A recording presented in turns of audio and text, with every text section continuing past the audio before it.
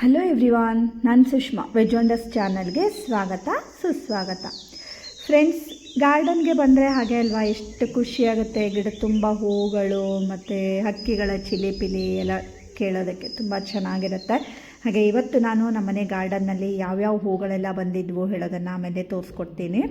ಇದು ನೋಡಿ friends, Agaro electric ಮಲ್ಟಿಕೆಟಲ್ ಇದೆ. ಸೊ ಇದು ತುಂಬಾ ಚೆನ್ನಾಗಾಗುತ್ತೆ ನಮಗೆ.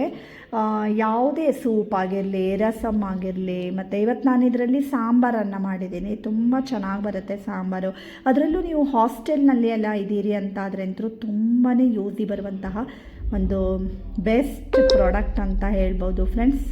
ಖಂಡಿತವಾಗ್ಲೂ ನೀವು ಒಮ್ಮೆ ಪರ್ಚೇಸ್ ಮಾಡಿ ಹೇಗಿತ್ತು ಹೇಳೋದನ್ನು ನನಗೆ ಕಮೆಂಟ್ ಮಾಡಿ. ಮತ್ತು ನಿಮಗೂ ಏನಾದರೂ ತರಿಸ್ಕೊಳ್ಬೇಕು ಅಂತಾದರೆ ಡಿಸ್ಕ್ರಿಪ್ಷನ್ನಲ್ಲಿ ನಾನು ಲಿಂಕನ್ನು ಹಾಕಿರ್ತೀನಿ. ನೋಡಿ ಎಷ್ಟು ಚೆನ್ನಾಗಿ ಒಂದೊಳ್ಳೆ ಸಾಂಬಾರನ್ನು ಮಾಡಿಕೊಂಡೆ ಇವತ್ತು ಇದರಲ್ಲಿ ನಾನು. ಹಾಗೆ ಇದ್ರ ಜೊತೆಗೆ ಒಂದು ರೈತ ಕೂಡ ಮಾಡಿದ್ದೆ. ಸೊ ಇವತ್ತು ಊಟಕ್ಕೆ ಸಾಂಬಾರು ಮತ್ತು ಒಂದು ಸೌತೆಕಾಯಿ ರೈತನ ಮಾಡಿದ್ದೀನಿ. ಹಾಗೆ ಬೆಳಗ್ಗೆನೇ ಬೇಗ ಇದನ್ನೆಲ್ಲ ಮುಗಿಸ್ಕೊಂಡ್ಬಿಟ್ಟೆ. ಮತ್ತು ಈಗ ನೋಡಿ ನಾನು ಗಾರ್ಡನ್ಗೆ ಬಂದಿದ್ದೀನಿ. ಗಾರ್ಡನ್ನಲ್ಲಿ ಇವತ್ತು ಯಾವ್ಯಾವ ಹೂಗಳೆಲ್ಲ ಬಂದಿವೆ ಅಂತ ನೋಡೋಣ. ಈಗಂತೂ ಮಳೆ ಸ್ಟಾರ್ಟ್ ಆಗಿದೆ ಅಲ್ವಾ ಫ್ರೆಂಡ್ಸ್. ಒಂದೊಂದು ಮಳೆ ಬಂದುಬಿಟ್ರೆ ಸಾಕು, ಹೂಗಳು ಚೆನ್ನಾಗಿ ಬರ್ತವೆ. ಅದರಲ್ಲದೆ ಗಿಡದ ಬುಡದಲ್ಲಿ ಫುಲ್ ಕಳೆಗಳು ಬೆಳ್ಕೊಂಡಿರ್ತವೆ. ಕಳೆನೂ ಅಷ್ಟೇ ಫ್ರೆಂಡ್ಸ್, ಒಂದೆರಡು ಮಳೆ ಬಂದುಬಿಟ್ರೆ ಫುಲ್ ಗಾರ್ಡನ್ನಲ್ಲಿ ಕಳೆ ತುಂಬಿಕೊಳ್ತವೆ. ಬಟ್ ಅದನ್ನು ಅಷ್ಟೇ ಎಲ್ಲ ತೆಗೆಸ್ಬೇಕಾಗ್ತವೆ. ಒಂದು ಸ್ವಲ್ಪ ಮಳೆ ಬಂದು ಒಂದೆರಡು ದಿನ ಮಳೆ ಬಂದಾದಮೇಲೆ ನಾವು ಕಳೆ ತೆಗೆಯೋದಕ್ಕೆ ಅಂತ ಹೋದರೆ ತುಂಬ ಸಾಫ್ಟಾಗಿರುತ್ತೆ ಮಣ್ಣು ಕೂಡ ಅಲ್ವಾ.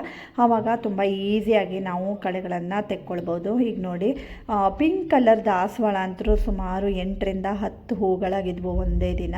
ಹಾಗೆ ಈ ಥರ ಗಂಧದ ಕಲರ್ ದಾಸವಾಳ ಇದನ್ನೆಲ್ಲ ಹಾಕ್ಕೊಂಡ್ರೆ ನಾವು ಪೂಜೆಗೆ ಗಿಡ ತುಂಬ ಹೂ ಬರುತ್ತೆ, ಕೊಯ್ಕೊಂಡು ಹೋಗ್ಬೋದು.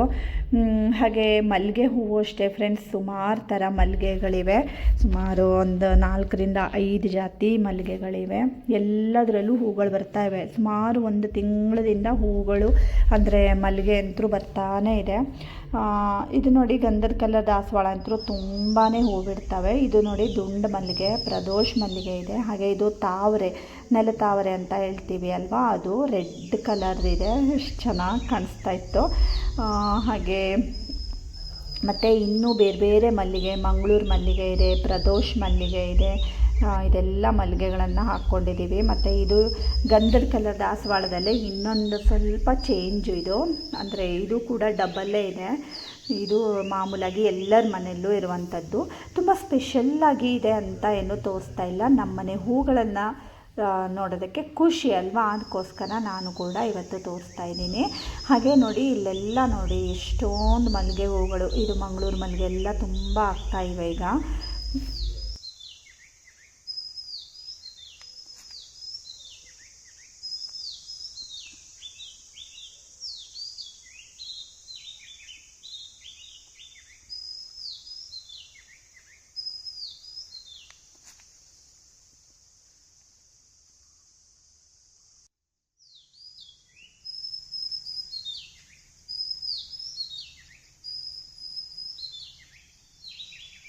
ಫ್ರೆಂಡ್ಸ್, ನೀವೇನಾದರೂ ಫಸ್ಟ್ ಟೈಮ್ ನನ್ನ ಚಾನಲ್ನ ನೋಡ್ತಾ ಇದ್ದೀರಿ ಅಥವಾ ಇನ್ನೂ ಸಬ್ಸ್ಕ್ರೈಬ್ ಮಾಡ್ಕೊಂಡಿಲ್ಲ ಅಂತಾದರೆ ಸಬ್ಸ್ಕ್ರೈಬ್ ಮಾಡ್ಕೊಳ್ಳಿ. ಒಳ್ಳೊಳ್ಳೆ ವೀಡಿಯೋಸ್ಗಳು ಅಂದರೆ ವ್ಲಾಗ್ಸ್ಗಳು, ರೆಸಿಪಿಗಳು, ಹಳ್ಳಿ ವೀಡಿಯೋಸ್ಗಳು, ಗಾರ್ಡನ್ ವೀಡಿಯೋಸ್ಗಳು ಎಲ್ಲದನ್ನೂ ನೀವು ನನ್ನೊಂದೇ ಚಾನಲ್ನಲ್ಲಿ ನೋಡ್ಕೊಳ್ಬೋದು. ನೋಡ್ತಾ ಇದ್ದೀರಿ ಅಲ್ವಾ, ಎಷ್ಟೊಂದು ರೀತಿ ಮಲ್ಲಿಗೆ ಹೂಗಳು, ದಾಸವಾಳಗಳು ಎಲ್ಲ ಆಗಿವೆ.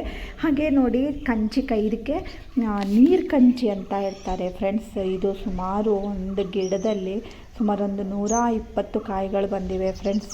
ಎಷ್ಟೊಂದು ಕಾಯಿಗಳು ತುಂಬ್ಕೊಂಡಿವೆ, ಪುಟ್ಟದಾಗಿವೆ. ಬೆಳೆಯೋದಕ್ಕೆ ಇನ್ನೊಂದು ಸ್ವಲ್ಪ ಟೈಮ್ ಬೇಕು.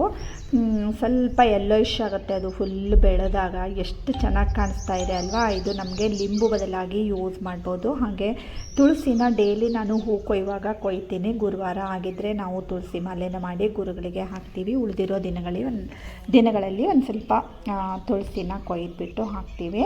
ಹಾಗೆ ಇದು ಕೇತಕಿ, ಇದಂತೂ ಫ್ರೆಂಡ್ಸ್ ಯಾವಾಗಲೂ ಹೂ ಬಿಡ್ತಾ ಇರ್ತವೆ. ಪೀಠ ತುಂಬ ಹೂ ಹಾಕೋದಕ್ಕೂ ಚೆನ್ನಾಗಿರ್ತವೆ. ಹಾಗೆ ಇದು ಡೈಸಿ ಹೂವು ಅಂತ ಹೇಳ್ತೀವಿ, ಇದು ಕೂಡ ಆಗಿತ್ತು. ಹಾಗೆ ಹೊರಗಡೆಗೆ ಒಂದೆರಡು ಕರ್ವೀರ ಗಿಡಗಳನ್ನು ಹಾಕ್ಕೊಂಡಿದ್ದೀವಿ. ಇದು ಅಷ್ಟೇ ಕರ್ವೀರ ಅಂತೂ ನಮಗೆ ಹೂ ಇಲ್ಲದೆ ಹೋದಾಗೆಲ್ಲ ತುಂಬಾ ಯೂಸ್ ಆಗುತ್ತೆ. ಹಾಗೆ ನಿತ್ಯ ಪುಷ್ಪ ಇವೆಲ್ಲ ನೋಡಿ ಎಷ್ಟು ಚೆನ್ನಾಗಿ ಹೂಗಳು ಬರ್ತಾ ಇವೆ. ಒಂದು ಮಳೆ ಬಂದ ತಕ್ಷಣ ಹಾಗೆ ಅಲ್ವಾ ಫ್ರೆಂಡ್ಸ್, ಎಲ್ಲ ಗಿಡಗಳು ನೋಡಿ ಹಸಿರಾಗಿ ಎಷ್ಟು ಚೆನ್ನಾಗಿ ನಗ್ತಾ ಇರ್ತವೆ. ನೋಡೋದಕ್ಕೂ ಖುಷಿ, ಕೊಯ್ಯೋದಕ್ಕೂ ಖುಷಿ. ಹಾಗೆ ನೋಡಿ ಬುಟ್ಟಿ ತುಂಬ ಹೂ ಸಿಕ್ತು ಅಲ್ವಾ. ಹಾಗೆ ಇವತ್ತಿನ ಈ ವ್ಲಾಗ್ ಇಷ್ಟ ಆದರೆ ಗೊತ್ತೇ ಇದೆ ಅಲ್ವಾ ಫ್ರೆಂಡ್ಸ್, ಲೈಕ್ ಮಾಡಿ, ಶೇರ್ ಮಾಡಿ ಮತ್ತು ಸಬ್ಸ್ಕ್ರೈಬ್ ಮಾಡಿ. Thank you for watching.